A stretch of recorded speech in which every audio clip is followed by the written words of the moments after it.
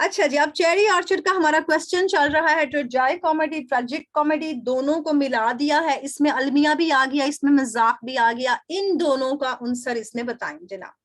ट्रेजाई comedy क्या होती है, वो इसमें हमें कंट्रोवर्सी आ जाती है जनाब, कुछ तनाजा आ गया है इसकी इंटरप्रिटेशन के ऊपर। जब हम इसकी तशरीह करते हैं तो उसके अंदर कुछ तजाद पाया जाता है कि ये जो प्ले है ये एक ट्रेजेडी है या कॉमेडी है, और मोस्ट इंट्रीग्यूइंग प्रॉब्लम बन जाती है। ये मसला जो है ना वो बढ़ता ही जाता है, बढ़ता ही जाता है। कोई कहता है नहीं नहीं कॉमेडी था, कोई क्रिटिक कहता है नहीं जी ट्रेजेडी था, क्योंकि बातें तो इन पे क्रिटिक्स ही करते हैं ना जो हम तक पहुंचती हैं।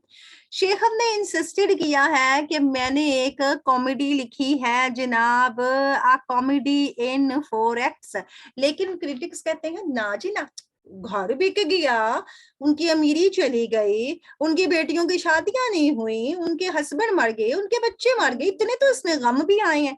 तो आपने कहाँ से कॉमेडी लिखी? क्या हम हंस हंस के पागल हुए पूरे ड्रामे में? हम तो पिटे हुए हैं। तो जनाब ये कुछ होते हैं ना क्रिटिक्स, उनकी बात बता रहे हैं। अब यहाँ पर ये स्टेनलेस विस्की ये क्या कह रहा है जनाब, यहाँ पर मैडम रन विस्की होना चाहिए था। Says the play was a tragic. अच्छा ये कोई क्रिटिक है हमारे में, ठीक है। स्टेनलेस जो क्रिटिक्स हैं वो कह रहे हैं कि ड्रामा जो था वो तो एक ट्रेजिडी था क्योंकि बिक गया, जैसे मैं आपसे कह रही थी चेरी ऑर्चर्ड बिक गया है जनाब, और सिंबोलाइजिंग कर रहा है कि खत्म हो गया सारे का सारा पुराना निजाम। तो ये एक अलमिया है, दुख की बात है। और दर हकीकत जो ट्रेजेडी का इस्तेमाल है वो किया गया है, और कॉमेडी भी इस प्ले में की गई है बड़ी ही इनएक्सट्रिकेबली ब्लेंडेड, यानी उसको बड़ा ज्यादा मिक्स्ड करके बना दिया गया है, बड़ी महारत के साथ मिक्स किया गया है शेखफ ने। इस बंदे ने ये हमें जनाब स्टेनिस्लेवस्की जो है ये उनके रशिया का ही लग रहा है, जैसे वो मैडम रिनविस्की है ना जिसके इसका इनके एंड पे आ रहा है। तो रशिया के क्रिटिक्स ने ये कहा है। प्ले जो चेरी ऑर्चर्ड है इसमें हमने दिखाए गए हैं कुछ खास वाकयात दिखाए गए हैं, और दिखाया गया है कि जनाब वो वाकयात भी हमें अलमिया वाले ही लगते हैं। नेमली द डिसअपॉइंटमेंट्स ऑफ वरायाज, वराया की वो नाउमीदियां दिखाई जाती हैं कि भाई उसकी लोफाकिन से शादी नहीं हुई, और हमें बड़ा वो उदास सा वो दुखी खाता दिखाया जाता है। किसकी जिंदगी का? शॉर्लेटा की जिंदगी का। वो कहती पता नहीं मैं किनकी बेटी हूँ, पता नहीं मैं कहाँ से आई हूँ, पता नहीं मैं क्यों जिंदा हूँ, पता नहीं मैंने कहाँ जाना है। तो यहाँ भी तो दुखी सिचुएशन दिखाई गई थी।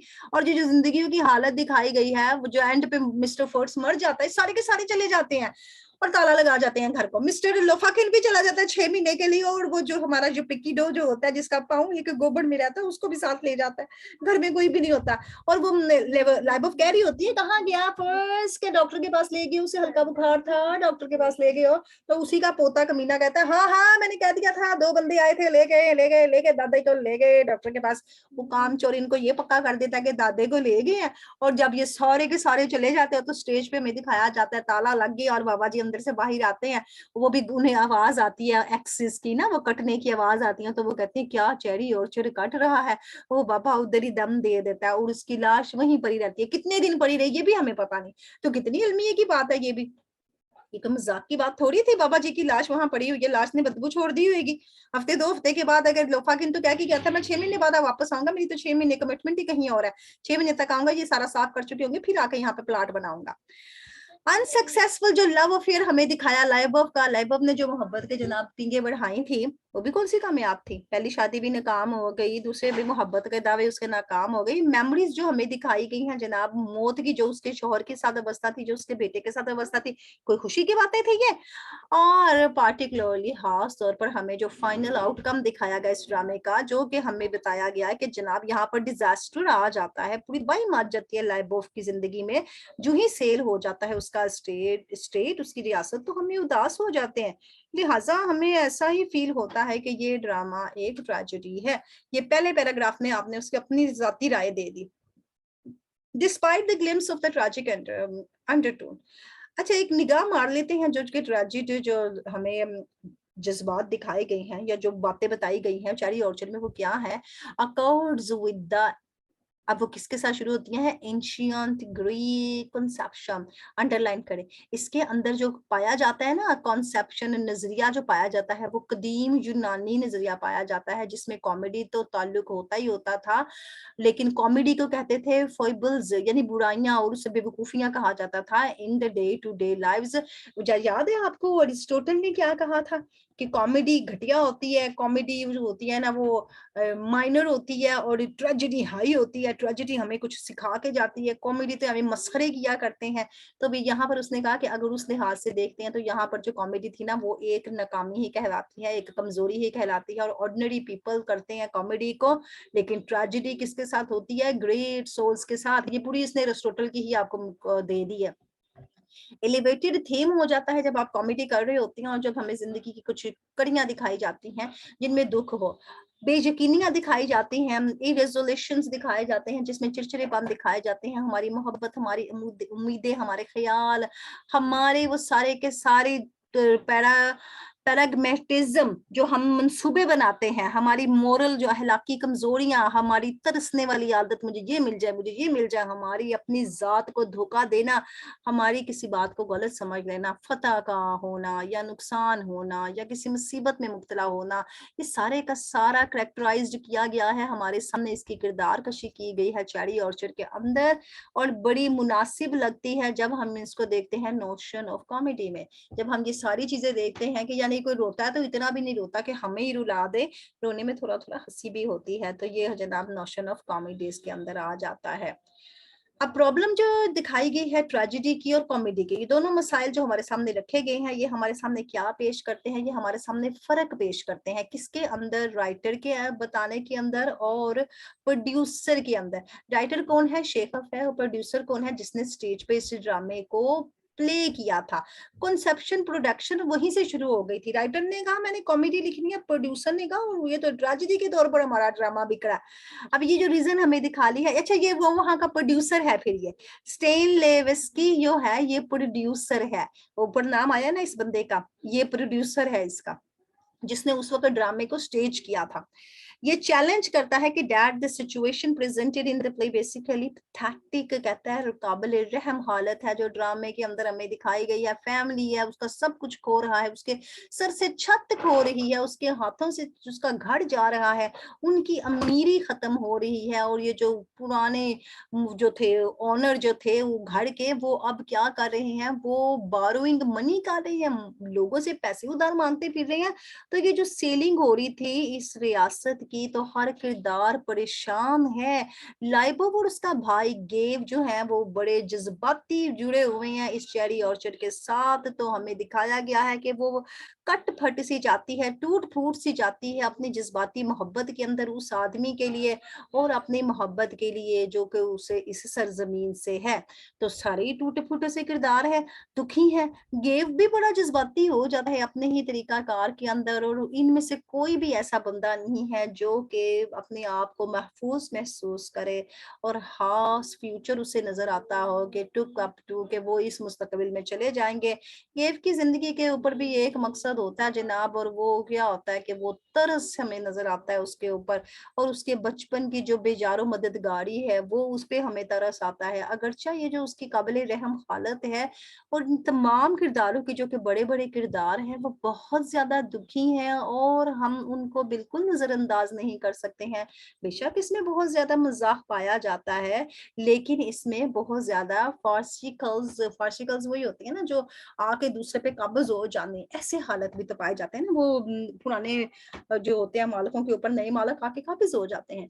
तो बड़े ही खास किस्म के यहाँ पर हमें लम्हात दिखाए गए हैं इस ड्रामा के अंदर जो कि मजाकिया भी हैं। यूपिकिडो हमारा मजाकिया कैरेक्टर होता है, वो आता है तो जनाब एक बंच ऑफ फ्लावर उसके हाथ में होता है, और उसके बूट से स्क्वेट कर रहे होते हैं, उसके जो जूती होती है ना वो चूं चूं कर रही होती है, लव करता है दुनिया शाह से बड़ी मोहब्बत से। यानी कि हमें जो कॉमेडी दिखाई गई है ना वो माइनर कैरेक्टर्स के जरिए दिखाई गई है।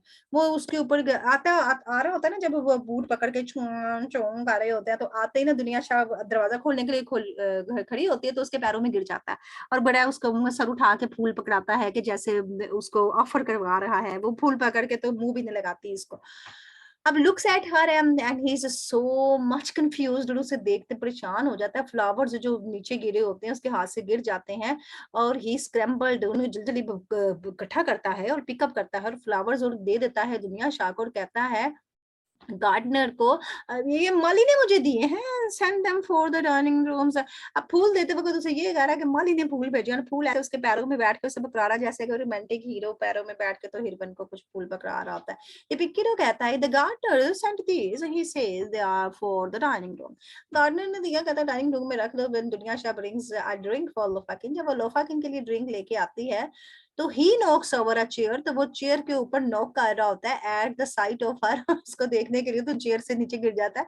दिस क्लोनिश, ये जो जोकर बना होता है ना behaviour, you fucking brings a smile on our lips, ये लोफाकिन को देख के हमारे मुंह पे हंसी आ जाती है।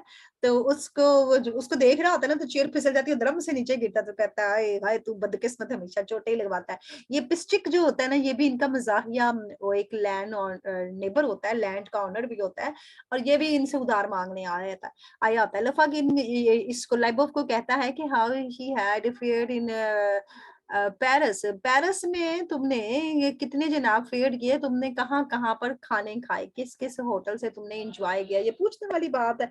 हम कोई आए तो हम कहेंगे भाई हाँ तुमने वहां गए थे तो तुमने क्या चिकन टिक्का खाया, KFC खाई, मैकडोनल्ड्स खाया, ये उससे पूछ रहा है। वो कहती है हाँ हाँ मैंने तो जनाब फ्रॉग्स खाए हैं। अच्छा ये उसे फेयर्ड पूछ रहा है कि क्या तुमने मगरमच्छ खाए, वो कहती है हाँ मैंने तो फ्रॉग भी खाए हैं, और खास तौर पर कहती है कि मैंने फ्रेंच के खाए हैं। फिर वो उसे बताती है कि हाँ मैंने ये क्रोकोडाइल्स भी खाए हैं। अच्छा यहाँ बता रही है कि मैंने मगरमच्छ भी खाए हैं और मैंने मेंढक भी खाए हैं। ये जो रिप्लाई था ना ये शॉकिंग था, और बल्कि उसके साथ साथ फनी भी था कि ये क्या बता रही है कि क्या खाने खाए हैं इन लोगों ने, इनके तो हलाल ही होंगे, हमारे तो हराम ही है ना। पिस्टी कहता है how did you get on the Paris, यहाँ पर तुम पेरिस में कैसे रहती थी, डिड यू ईट फ्रॉग्स, क्या तुमने फ्रॉग्स खाई, या आई एट क्रोकोडाइल्स, वो सब बताती तुम इनकी बात करते हो, मैंने तो क्रोकोडाइल भी खाया।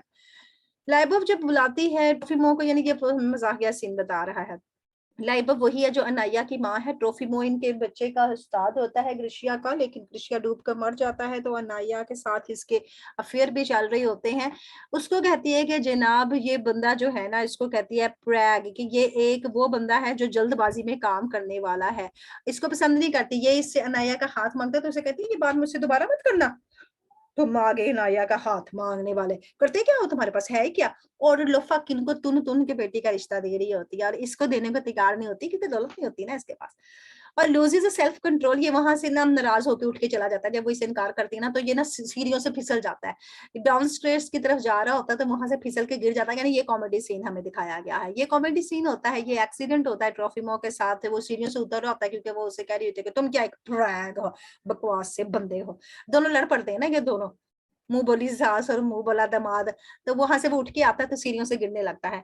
अब यहाँ पर पोजेस हमें इसका दिखा दिया जाता है कि ये रुकता है और अपने आप को एक फिलोसोफर समझता है कि बरा मैं जनाब मुफक्कर किस्म का बंदा हूँ और पूरी इंसानियत का मुझे सारा इल्म है। फॉल्स टू मास्टर आप कॉलेज, जब ये वहां पर जब गिरता है तो ये फटाफट अपने आप को मास्टर्स आप करता है, इकट्ठा करता है हिम्मत को, और बर्दाश्त करता है किसके लिए, क्योंकि इसके ऊपर आने वाले होते हैं डिनंसिएटरी रिमार्क्स, डिनंसिएटरी रिमार्क्स, यानी मुजम्मताना इस पर कलमात आने वाले होते हैं और इसकी अपनी पर्सनैलिटी के बारे में होते हैं। ये मजम्मत करती है ना इसकी कि तुम क्या एक बकवास से बंदे हो जो मुझसे मेरी बेटी का रिश्ता मांगने आ गए हो, चलो जाओ शाबाश निकलो यहाँ से।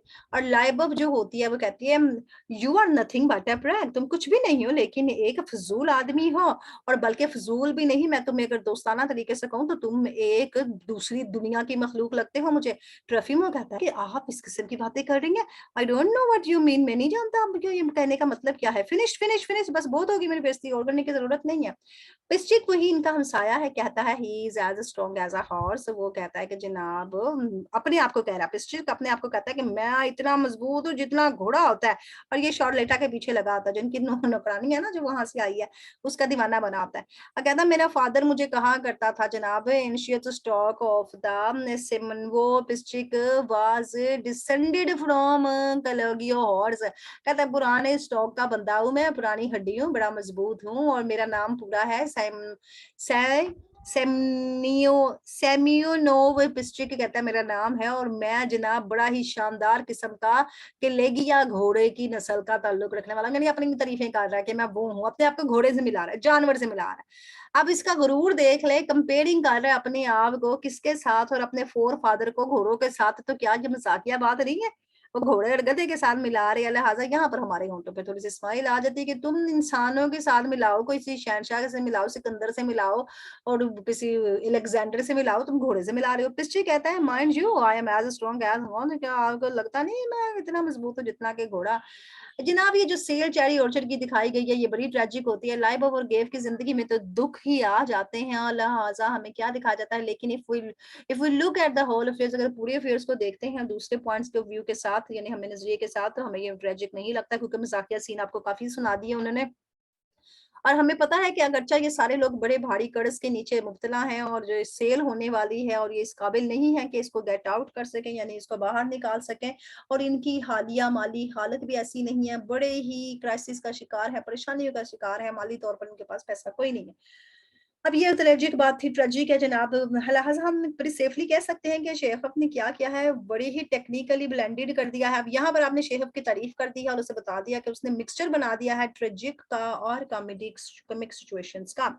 लिहाजा जो हर सीन हमें दिखाया गया है, हर कैरेक्टर जो हमें दिखाया गया है, उसके साथ दुख भी है उसके साथ और उसके साथ गम भी है। यानी ट्रैफिमो को अगर दुखी का सीन दिखाया तो हँसी का सीन भी दिखा दिया गया है इसके साथ ही।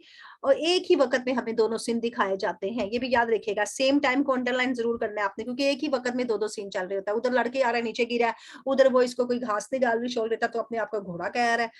अब लाइबो और गेव और लोफाकिन जो हमें दिखाए गए हैं, ये भी ट्रेजिक और कॉमेडी के सीनों के साथ मिक्स अप हैं। अगर हम बात को मुख्तसर करते हैं, तो हमारे ये जो सारी की सारी डिस्कशन हो गई है, इसमें हम कह सकते हैं कि यहाँ पर कुछ ऐसे पॉइंट्स हैं जिन पर हम बहस करें तो इधर साइड्स जो उसकी दोनों साइड्स हम अगर देखते हैं तो राइटर के जो अल्फाज काउंट्स करते हैं, राइटर ने जो कहा है जनाब वो ज्यादा अहम रखता है राइटर की बात। What the critic and the producer से, क्रिटिक और प्रोड्यूसर्स जो कहते हैं उससे बनिस्बत राइटर की बात को हम कहें तो कॉमिक ज्यादा है। हम राइटर के साथ जा रहे हैं। शेखव क्या कहता है कि वो कहता है कि मेरा ड्रामा कॉमेडी है और जब हम इसको हल करते हैं तो should certainly weigh that way, तो हम कहते हैं वाकई शेखव सच्चा है, वो उसी की बात के साथ ज्यादा वजन जा रहा है। राइटर है उसका भी वजन है, उसकी बात का भी वजन है, तो हम कहेंगे जनाब राइटर ने जो कहा है हम उसको मानेंगे। तो हम इसे एंड पे कैलकुलेट कर रहे हैं कि ये कॉमेडी है, शुरू से लेके एंड तक उसने नहीं माना, आखिरी लाइन में आके उसने कंक्लूजन में अपना बयान रखा है जनाब।